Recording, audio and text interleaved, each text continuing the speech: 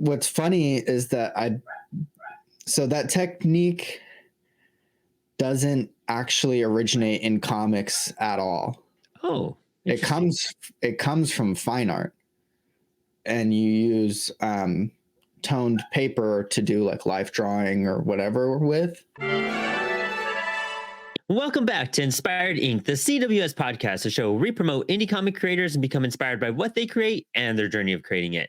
I'm your host, Brandon Bloxdorf, and today in the show, we have a craft talk with Max Flowers, and we talk about the importance of printing and why everything down to the paper matters, the craft of making comics for print and digital, and panels, how it affects the reading experience. All of this and so much more on today's Inspired Inc.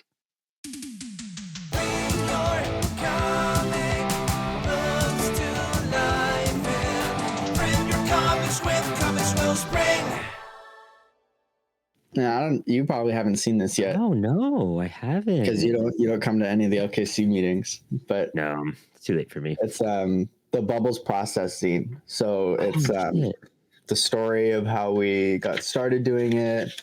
That's script. That's all that exists of the script. Oh, that's cool. Early concepts and layouts. Figuring stuff out. This is like layouts to original page. Hell yeah. I love those side-by-side comparisons. Yeah. Pencils. See, what's cool about that is like how insightful that is for other creators. Like, right. Seeing the like layouts and thumbnails that bleed into the finished product.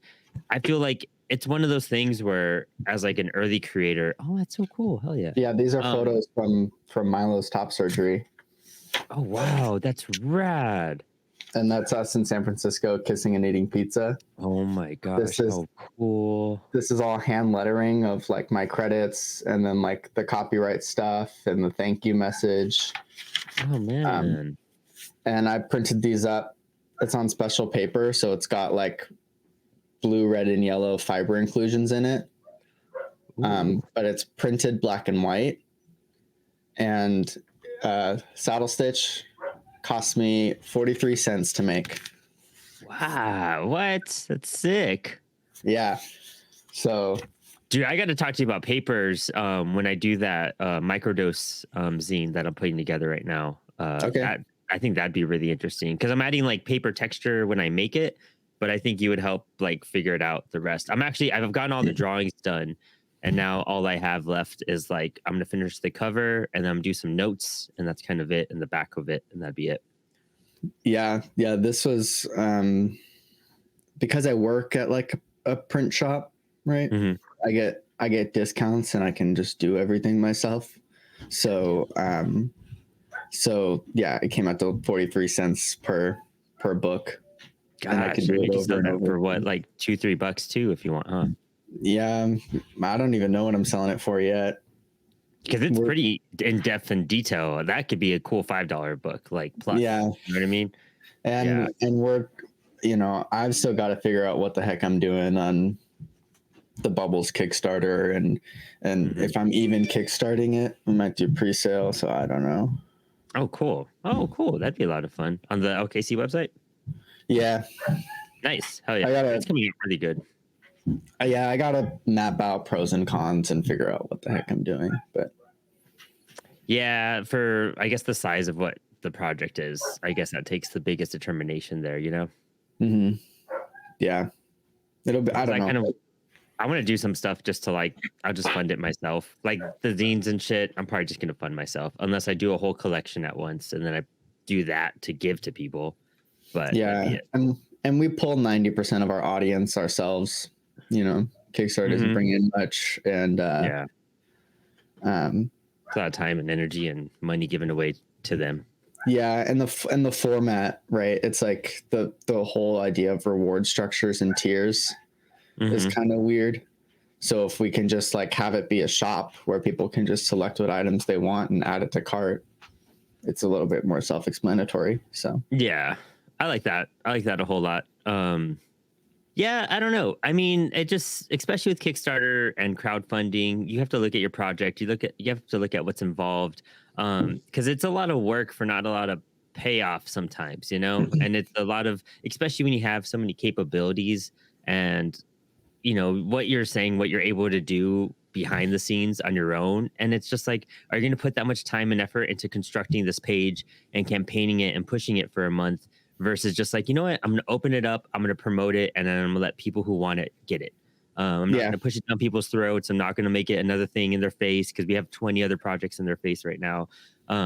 That's the cool thing about being creators the way we are, is that, we have our big projects and then we have these small ones we could kind of scale back and be more intimate with too. Yeah, exactly. And I mean, we're going to be doing everything ourselves. So we're doing screen printed t-shirts that Milo is going to tackle.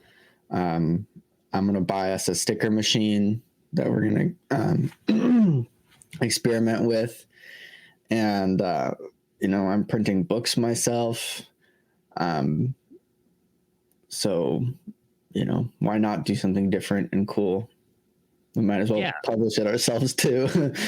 I mean, it goes back to your like punk rock ethos too. You know what I mean? We do we do the corporate stuff to get the stuff out there, and then but when it comes down to it, like we do like doing things on our own in our like little rooms and putting it out there, killing them softly and whatnot. And I think that's really cool because it's like, like being an artist, and especially an artist that's like in demand, that caliber of working really starts to like slow down your energy and your brain. And seeing the tasks pile up and due dates and things you're owed, that's another tedious thing that just kind of weighs you down, and it does kill a lot of your workday too. So going back to being like, I just got to find my love for it and reconnect with my love for it every so while, and just put it out there for passion and not worry about the overall result. I got it made, I got it finished, and it exists. And that's all I kind of really want. And for those who want it, I mean, you're going to know about it. You're going to be offered it, but I don't need to like overdo and make everything a giant stage performance. I could have like a small intimate show, and you're going to get probably even more out of that. And honestly, like the bubbles, like that itself is like such a cool, intimate, like project you've been working on. And I mean, all these zines are in a big sense for what you pour into it. It's just like, is this like my solo album or is this, with the band? You had to determine that for yourself at that point. Yeah. And dude, I've got a to-do list miles long, because I just wrapped up Rat Race, right? Okay. Which stoked to get that many books out to that many people. Like that's very cool, especially for the prices we were doing. Super discounted and free shipping and stuff. So it's more about making the books accessible than it is making the books for profit or whatever. And build your audience. Yeah, right. That was the whole point of that too. Right. And then,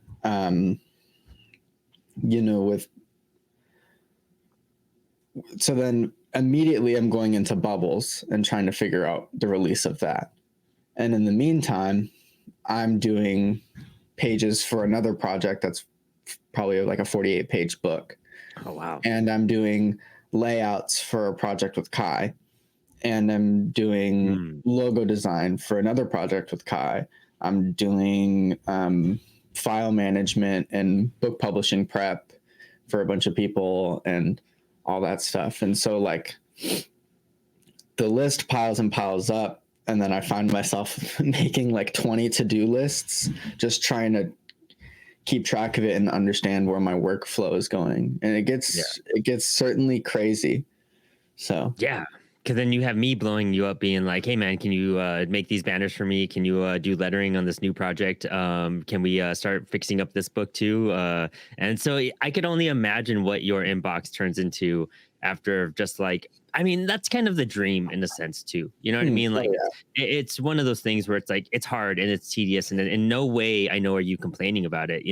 It's more of just like mind blown that you're just like, man, I have so much. Like, how did it turn into this? Like, how did I even like get to this point? It's a sweet problem to have, right? Like, it's like, obviously I've got a lot of people wanting to work with me, and it's cool that I can put my hands on so many projects and, share my work with so many people. But at the same time, right, it's like that, like verge of a mental breakdown because I see a list of whatever, but it's great. It's like, obviously this is very good. And come in a year time, I'm going to be like, all that craziness was worth it. And hopefully I'm just as crazy in a year. Right. Well, where were you a year ago? Like, let's backtrack. What has changed for you over the past year? So when did the punk anthology submissions go out? That was, oh my gosh, that was almost 2 years ago. Really? At this point, like a year and a half ago. Yeah. Because the book was kickstarted in at the end of April and ended on May 25th, May 23rd? Right. May 25th is when it ended. Yeah. So I probably had just been notified that I was going to be in the punk anthology, right? Because I know around New Year's was when Mark kind of roped me in to LKC. So at that point, I knew I was going to have my first published work, and I was just like, "This is sick." This is awesome. And that still blows my mind that the punk anthology, your stage fright submission, was like your first published work, and I still don't believe you on that, and I refuse to. At least in Comix, I guess, right? I guess I self-published my own zine before that, but the punk anthology was my first, and at that point, I was like, I got to make this one count so that I can look towards the future, and I need to start working on the future right now. So I was either messing around with the story that I eventually abandoned, or I was working on Nostrum, which is my half of Bootleg. Yeah. But I was also in school at the time. I was finishing up school. Right. Yeah. And so I was sitting in my classes telling my teachers, like, listen, I don't want to do any of your classwork. I want to do comics. I'm already doing it. Look, I'm getting published. Let me just like do my thing and develop my craft. And they were like, all right, because I guess my work was good enough that they trusted me. I'm not surprised. And I just spent my time in class making comics and doing the minimum amount of work on the other stuff to stay in their good graces. So yeah, dude, that's awesome. That's a giant transformation from a year, getting published in an anthology, which is a great entry point for a lot of creators. And these anthologies are getting put together more and more often from all sorts of people, like not just Apollo and LKC and, our reigns. There are anthologies just galore comic book wise people could be submitting to and just getting their feet wet. And once you do that, and maybe it's just the way we construct stuff over in Apollo and LKC, where we start the group chats with everybody involved and we do the meetings and we include all the communication. That's probably a big factor on why things probably pan out for so many people that we do work with. Because it seems like not just you, but so many creators start a new project after partaking in Apollo anthology, and so many things are sprouting out of it. But like, dude, you were in it, people noticed you got attention, and then all of a sudden you're just flooded with this stuff because, as we always say in this show, you found a community, and that community was just like, I recognize your skill and your abilities. Why haven't we discovered you earlier? But we're very thankful you're here, and we want to push that forward. And it's awesome to hear that, like, I'm very fortunate that you get to work on like almost actually you get to work on every project that I put together, because I'm always like, Max, you're my letterer for everything and designer. But it's like, I couldn't imagine doing stuff without you, and I'm so thankful we discovered you to put these books together, and they're so gorgeous. You have a great eye for that stuff. Yeah, I've at least done book publishing on everything, just at least file prep. But I letter your stories for sure. I do a lot of design work. I guess the only way that I touched the punk anthology though was just the story that I'm in, I think. Yeah, it was our very beginning thing. So and I guess the poster too. But the poster, that's me and Milo too. Mm-hmm. So all of these that people see in the background here on every episode, these are Max and Milo's work. And I'm just so lucky. We did variants where they did variants for each tier that we had. So every tier in this punk anthology, depending what they pledged, got a certain, punk rock poster. And we Right. thought that was a very fun and rewarding way. But you guys like came up with that concept and that idea to find it, exciting for backers to do that too. Yeah. Well, the idea is the idea in everything that I do is make it accessible to everybody and make it special enough that it's like worth it. Right. Mm-hmm. So Milo helps a lot with that, doing screen printed stuff with patches, posters, t-shirts, all that stuff. And then I just try and make it special either through the design or through other elements like the zines being hand sewn, or home printed, or doing special things to the paper, because then it makes you stand out and you're different. Yeah. But in a good way, in a very interesting way.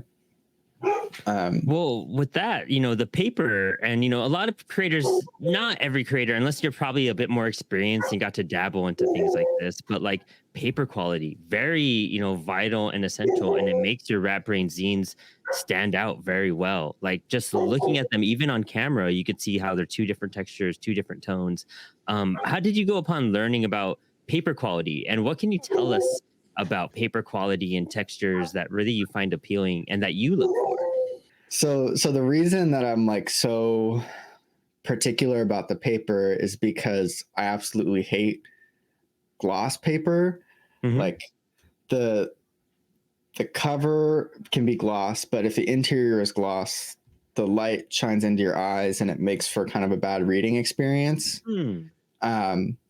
And there's benefits to gloss, but in my opinion, they don't. It's just not a great fit. So then I say, okay, what's the best case scenario for my work? What do I like the feel of the most? And what I like the feel of the most is like old newsprint paper.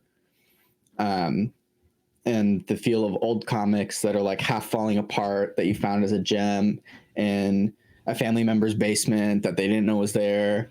And it's like falling apart and all the colors are faded and stuff like that. Like that gives you a feeling of something special. So we do the same thing with our zines, and we'd like to do the same thing with our comics too. But the zines, we do a yellow parchment paper, blue parchment paper, and a gray parchment paper. Mm-hmm. And then we pick colored embroidery thread to match those. I love that. I even show that on screen real fast too. You guys can tell that this is like hand sewn. Maybe you could even get to see the knot right there. You know what I mean? Yeah. That's sick. Yeah. And then for the processing that's coming out, it's a very lightweight paper that's a slightly off-white with rainbow inclusions in it. Oh, that's sick. Dude, that sounds awesome. Yeah. And so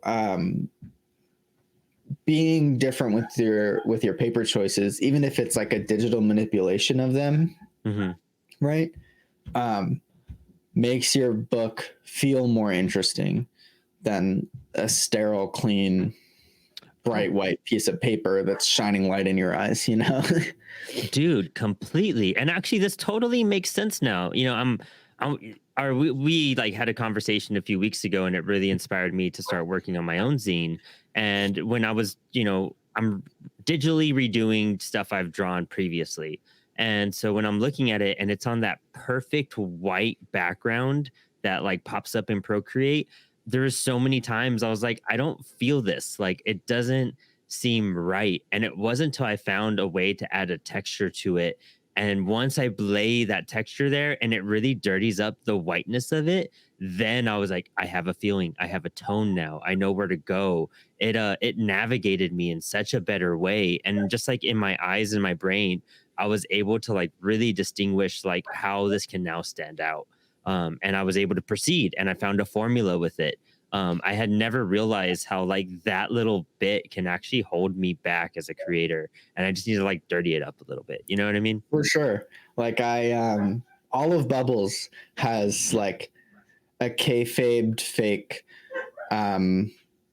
texture on it. Oh yeah, like So their grand design books and everything, right, right? Yeah. exactly. So it's like slightly off white, dirty newsprint parchment paper, right? Yeah. Um, but it's fake, right? It's all digital, which lets me use the white of the page as an additional color.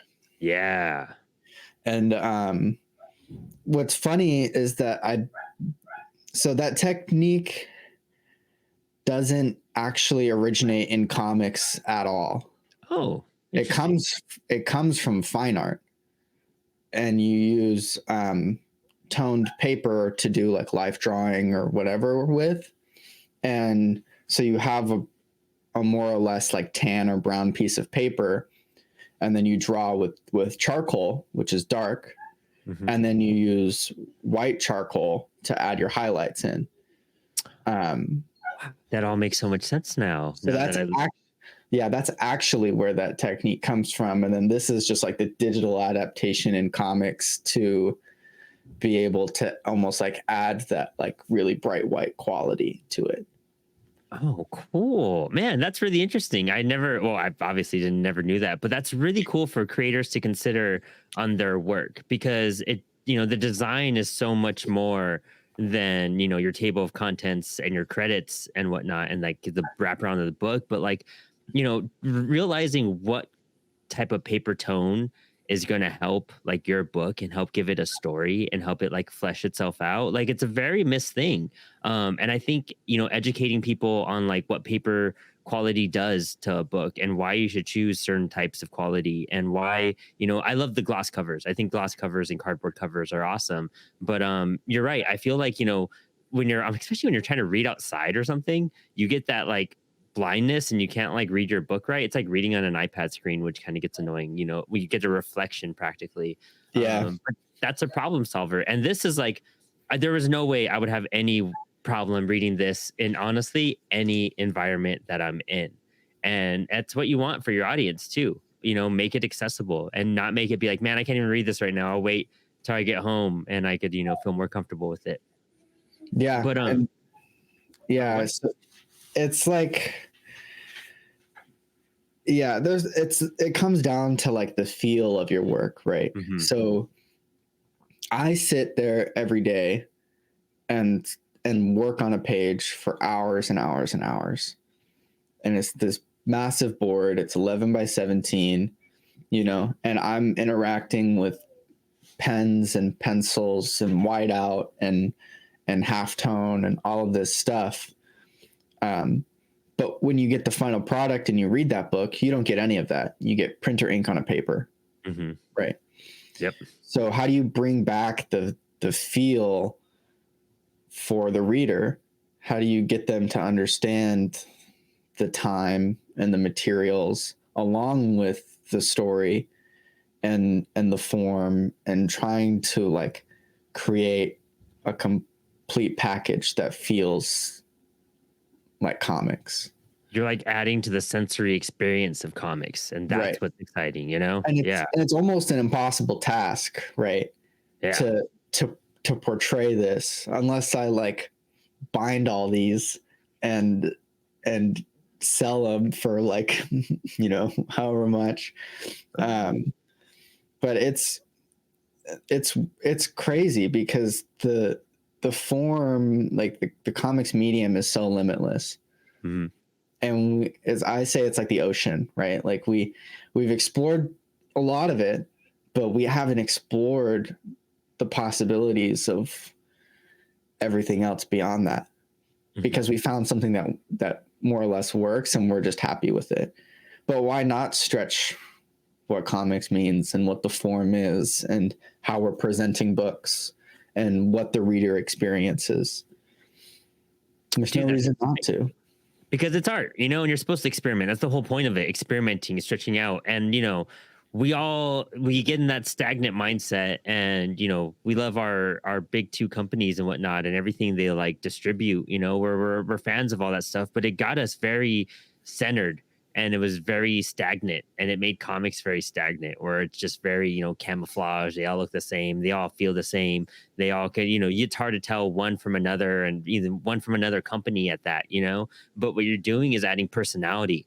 And that's what indie comics do. They add personality back to comics. They get rid of the house style. They just get that house style and rip it to shreds and say, fuck this. Like, I'm going to make it fun again. Like, exactly what you were saying. Why did I get into comics? Like, what pulled me in? It was the feel, it was the texture, it was seeing how it had been worn and like thrashed around and survived, and it's getting passed down. You want your books to like people to grab these in 10, 12, 15, 30 years and be like, man, this paper's wild. Like, I didn't think we could do stuff like this. And, you want to bring back that, it's almost nostalgic, I guess, for you as a creator, probably. Like, you're trying to bring back that feeling that excited you about the books and excited you about comics. Or well, it's funny, right? Because I guess I'm creating nostalgia for myself by doing special things with my books.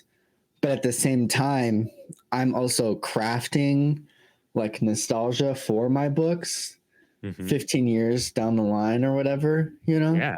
So in 15 years, when some kid picks up one of my zines, they're going to be like, whoa, what the heck? They're using actual paper and thread for books. Yes. Dude, I didn't know you could do this.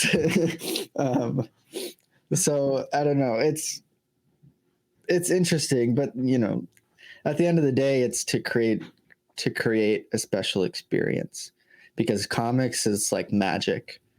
The form itself is magic, right? Having still images, combining images and text to create almost like a moving storyline and like a movie in your head. That's crazy. Yeah. Literally, yeah, because you're deciding the pacing, the when to stop and start. You're the director as you're kind of holding this like standstill camera, and you're choosing how it all moves and flows. And that makes me find like very curious. What's your stance on like digital comics and like utilizing comics digitally? Where do you feel like that? Because you're very traditional in every way. Yeah, and I am. I think digital comics are a great tool. Mm-hmm. I think that it's very difficult to read comics the way they were intended to be read on a screen, right? Because there's the idea of, one, a double page spread, and two, like a page turn. Yes. Being a reveal, which you don't always get with digital comics. It's very true. And so I think there's something lost when digitizing the medium, but I do also think that it is great in terms of making this, the story is still being told and the art is still being shared. And so in that sense, it makes digital comics invaluable, right? But there's something to be said about things in print inherently being more special, right? Or you being able to have a better experience with it. I could see that, especially when you're talking about the page turn aspect. You have to, when it comes to like digital comics and going that route, you really have to think about like, okay, is this the format I'm intending it to be, and to craft it where you could enjoy it digitally, like not specially made, but formatting it in a way where you get page turners every page, formatting it in a way where double page spreads don't really exist, and they kind of like, you're kind of with one page at a time. Web comics are awesome the way they scroll, and because they're intended and crafted in that sense, and that's why they flow so well. And you could have these like trailing things going down one long scroll. That's the intention of the format. And I see what you mean, how like in print books that are made to be in prints can't really transfer all the way to digital formats, because you're losing a big aspect of the craft itself. Right. And I've actually so I think that the web comic scroll format is actually very interesting. It's probably the most recent innovation in comics we've seen. Yeah, I would argue. No, yeah, I would completely agree. Yeah. And so it actually completely changes the way comics work. Mm-hmm. You still have the basic components of gutters and panels and dialogue and all that, but you have now this fluidity of the story being like one long vertical scroll rather than a book where you turn pages. So you have to handle reveals differently. You have to do all this stuff. But I've actually tried to take my traditional pages and translate them to that web comic format. And it's certainly an interesting experiment to take something that's laid out on a page and try and stack it vertically. Yeah. Because you have limitations, right? Anything that's a long horizontal panel on a page is going to be like this small on a screen, and it won't work. So what I ended up doing was I chopped it, right? I like chopped it in 3 and then stacked those in an interesting way so that as you're going down, you're kind of like doing this motion and you still get the idea that it's one long panel, but it's stacked and separated and cut up.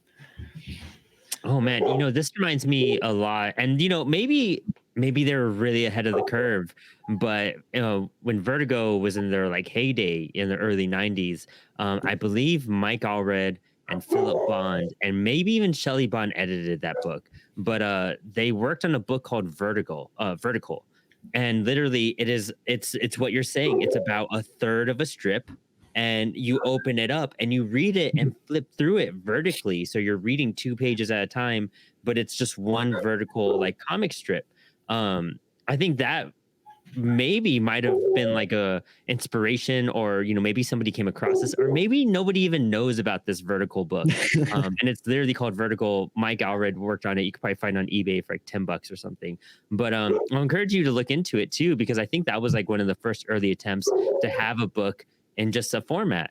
I would love to see like an actual somebody release a scroll and have them do a webcomic where you actually have to have like a old scroll to read it and whatnot. It'd be tight. Yeah, it'd be super cool. Like it's so interesting looking at the history of comics and how the form has evolved, right? Like in Europe, I don't remember what they call them. Oh, they call them albums. And it's a totally different format. They're much they're larger. They're more like 8.5 by 11 books. And they refer to comics as the 9th art.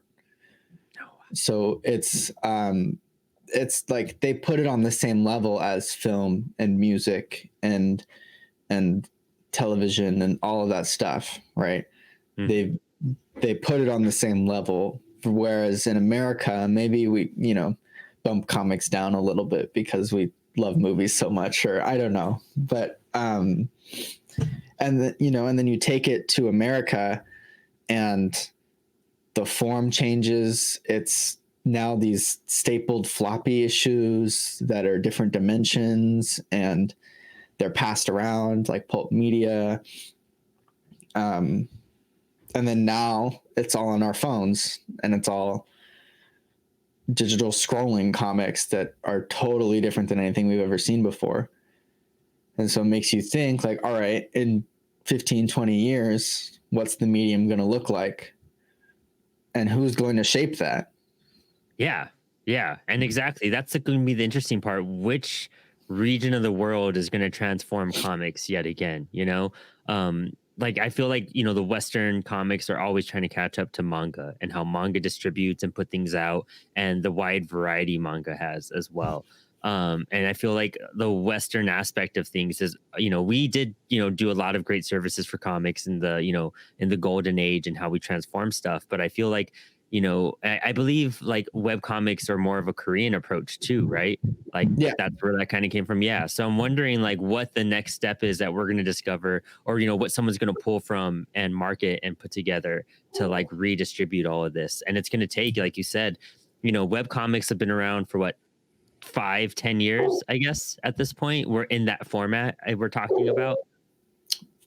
Probably like only less than 10 years for sure. Right. Yeah. Which is crazy. And it's really only been in the US for a few. Yeah. Because it got big in Korea, and then they transported it to the United States. And then everybody started going crazy for it here. And it's interesting that the US audience primarily is drawn more towards the webtoon format and the manga format than they are to like the Western comic style. But that doesn't necessarily mean that Western comics are bad and manga are good, right? Right. What it means is that Western comics can be improved upon, or that like they can be better crafted for today's times. What do you think holds back like modern comics a whole lot compared to manga and everything? Like, what do you think is the big barrier that we seem to like not be able to crack and to really get people integrated more into them? If I'm being brutally honest, it's recycled storylines and stories, right? And a lack of time spent on crafting something meaningful. Yeah, I love that. Yeah, I think truthfully that's what it is, because you have certain groups that would rather put something out to make a bunch of money than put something out that matters. And then you have, and I would argue that a lot of indie artists are doing the exact opposite. They're doing comics that are very meaningful, but not necessarily for a profit. No, I could totally agree with that, because what I'm seeing with a lot of, it turns into a corporate aspect and a money grab almost. And especially when you're doing event after event after event, when we're still recovering from the last event, they start to lose their value more and more. And for when we're calling back to like, oh, you have to read something that came out in this generation and this generation, it's just the same story respun, for the 1,000th time in this like company. You're like, well, it felt really original the first time you guys did it.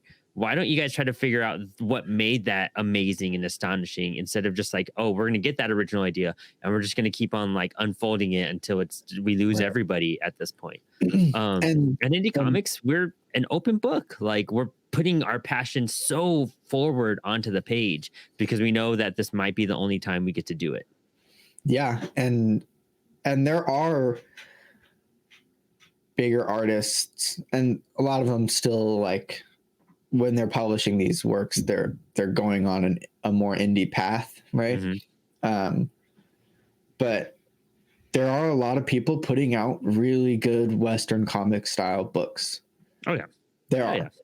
Yeah, absolutely. And there are artists that are trying to challenge the format, or trying to challenge storytelling and what that means. So it's not like this stuff doesn't exist. It's a matter of like putting this stuff in front of the public's eyes and being like, look, this is why comics is special. Not because the 900th issue of whatever that we've seen before, it's this new thing, this totally new thing that nobody's ever seen before that is special. Well, that's why, when you and I were teaming up and putting Apollo together and thinking about what we want to publish and what we want to put out and what goes into the things we publish, we refer a lot to like the Young Animal and Vertigo days of DC. And that was always the big comparison, is that we are the Young Animal, Vertigo to lesser knowns like DC. And it was just like a great way to put it for people to understand what we're trying to do with the stories we're telling. We're trying to push some boundaries. We're trying to find some emotion in it. We're trying to find some passion in it. And we specifically create, content that's just powerful. And that's not to put down anything, but, that's our focus as like a publishing company, is that we want to put emotionally powerful stories out there. And, things that we're all working on, we all know how that resonates and how that picks people up. And that's what we felt was exciting and refreshing about comics. When I read Vertigo books, Sandman and all that type of stuff, that's what like supercharged me.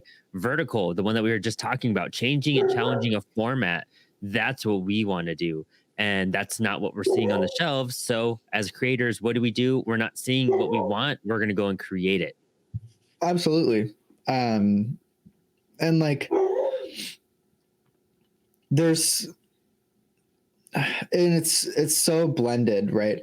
But there's almost like two camps to comics, and it's like comics as entertainment and comics as an art form, or something more meaningful, right?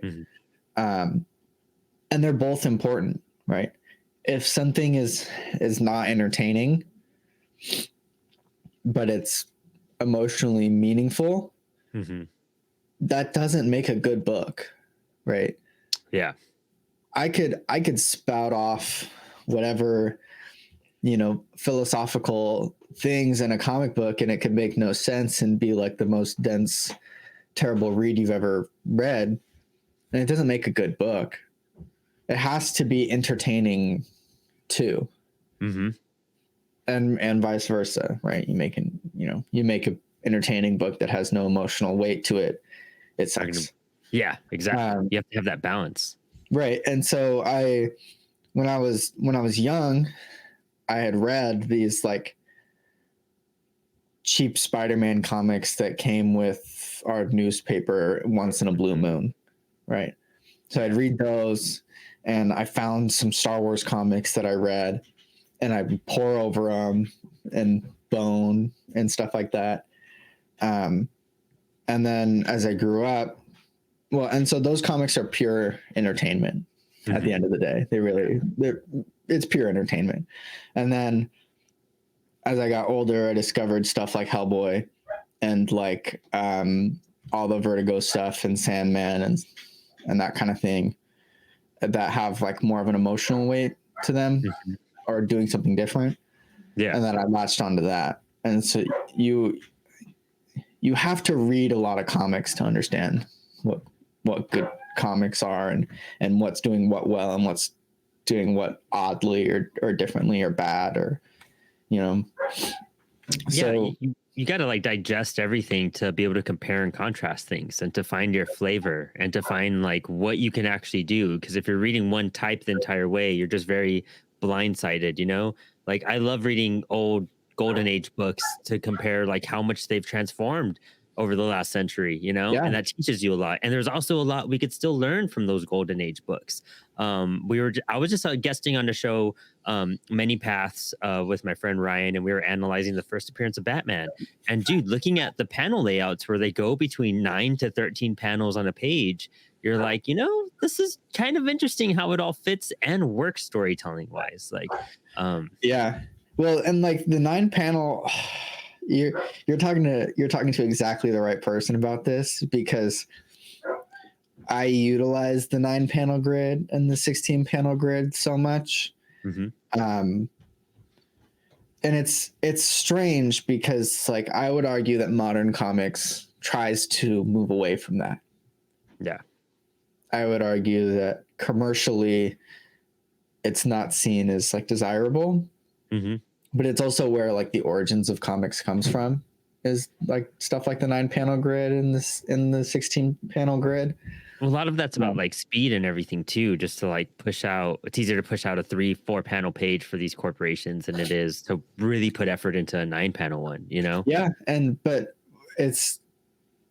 it's crazy because we haven't discovered all that the 9 panel and the 16 panel grid can do. We still are exploring the possibilities of that. And I mean, obviously Watchmen is a great example of a lot of what you can do with a 9 panel grid. Yeah. And so Dave Baker's Mary Tyler Moorhawk, it just came out, but that's also a 9 panel grid. And the stuff he does just in general is out of this world. It's crazy. So, and then this story back here it's actually a 16 panel grid.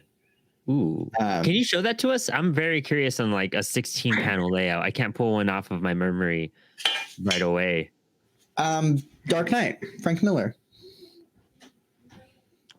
Where do we have oh, fucking pull this up. Grab this right here. All right. It's a 16 panel grid. The entire book is.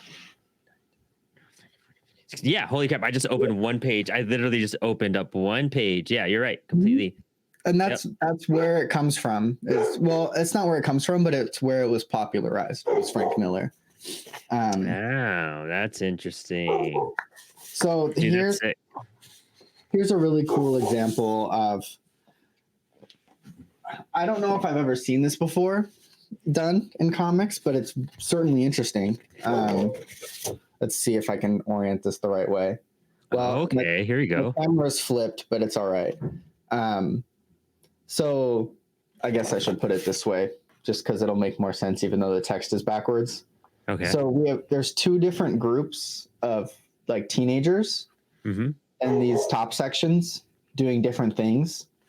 And then the sound effect in the third row, both groups can hear. Okay. And so they both hear this very loud sound effect, and then they both react to it in different ways. I was trying to see if I could zoom in on there, but it's not letting me. But yeah, dude, that's so cool. Yeah. Yeah. And this is a silent comic, so there's not dialogue.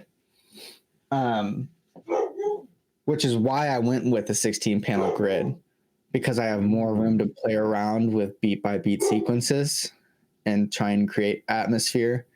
But then I'm also breaking the 16 panel grid, but at the same time, like kind of keeping it, right? Ah, nice. Okay. Yeah. So this is a spread that goes a little bit past the row, and then you have the two there. And even this is it's still a 16 panel grid, but it's cut in half, right? And not used strictly, but it follows the same pattern. So, and that's what Frank Miller does too. There's certain times where he'll take 3 stacked panels and use it as one panel. Yeah, but it's still part of that 16 panel grid. That's awesome. Yeah, that's like what I'm saying is that it can all be innovated upon, even if it's a concept old as dirt, right? It can still be innovated upon, and you can find new discoveries with it. And a lot of times they're accidental, you know.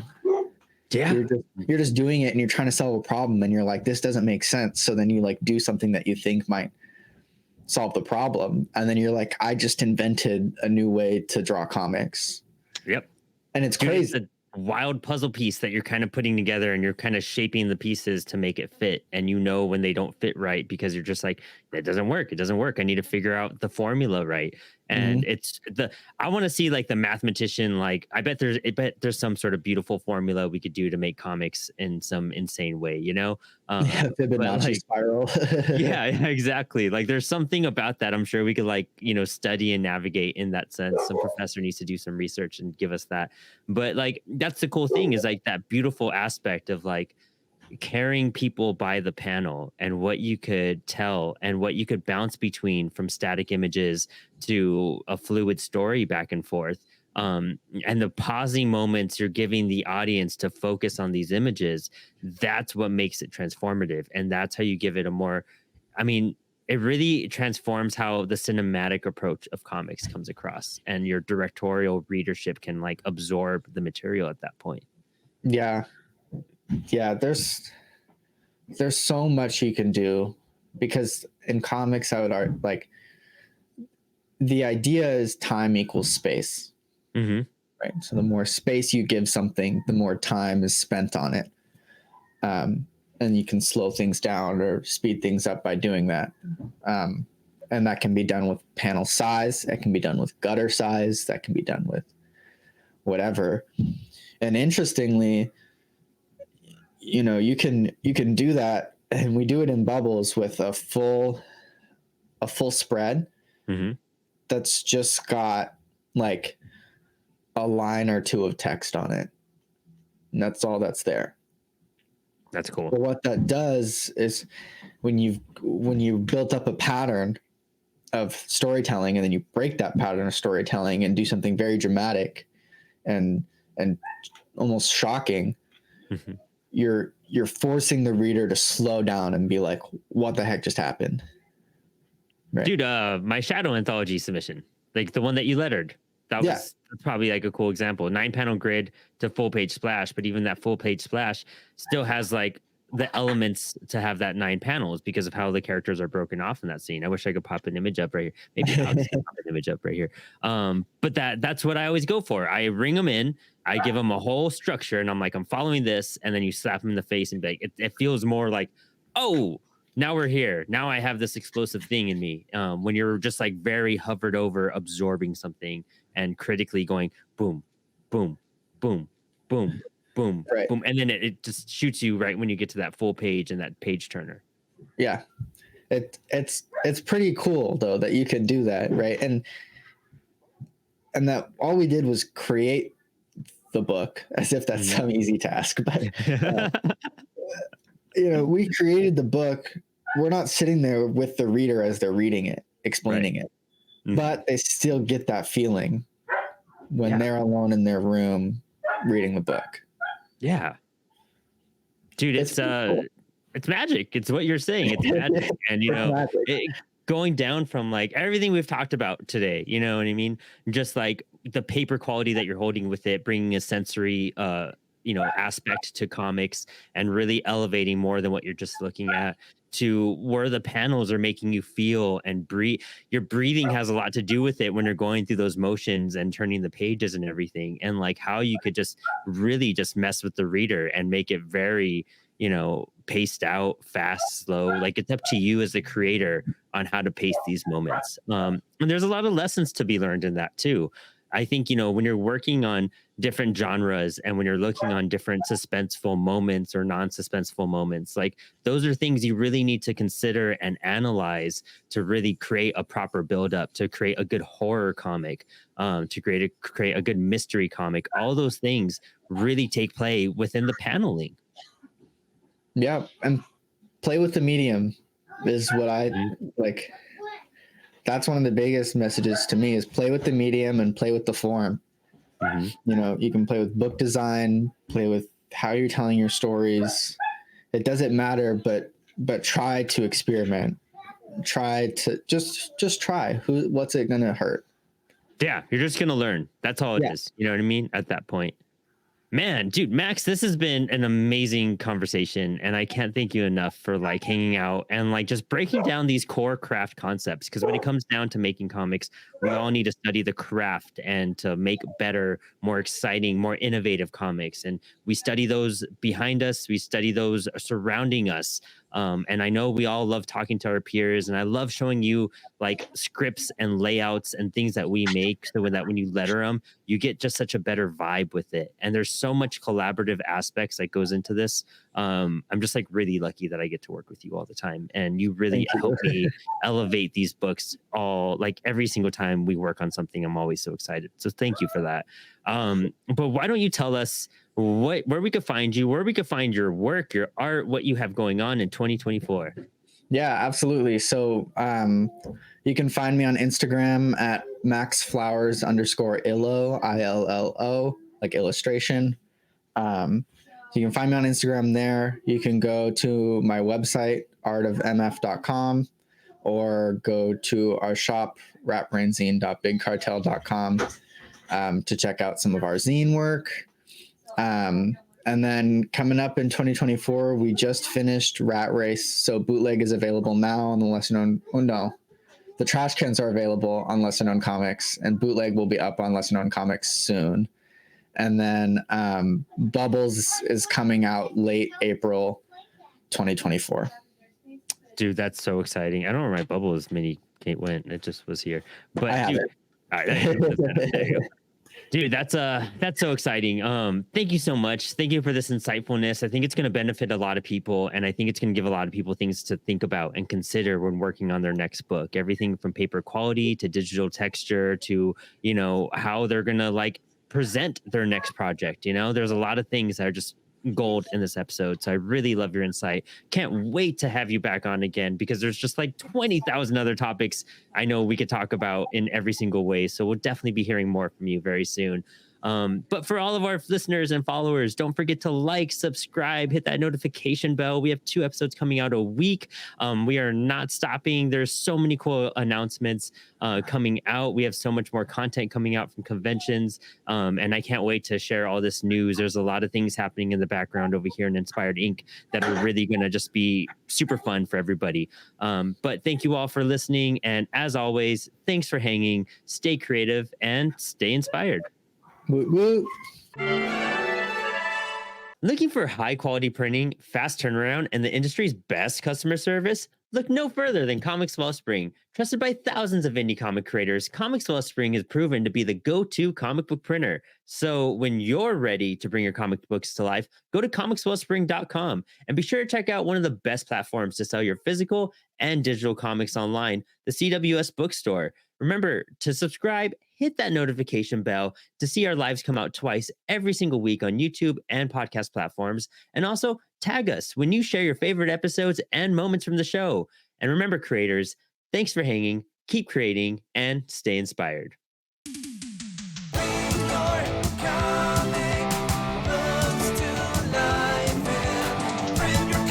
With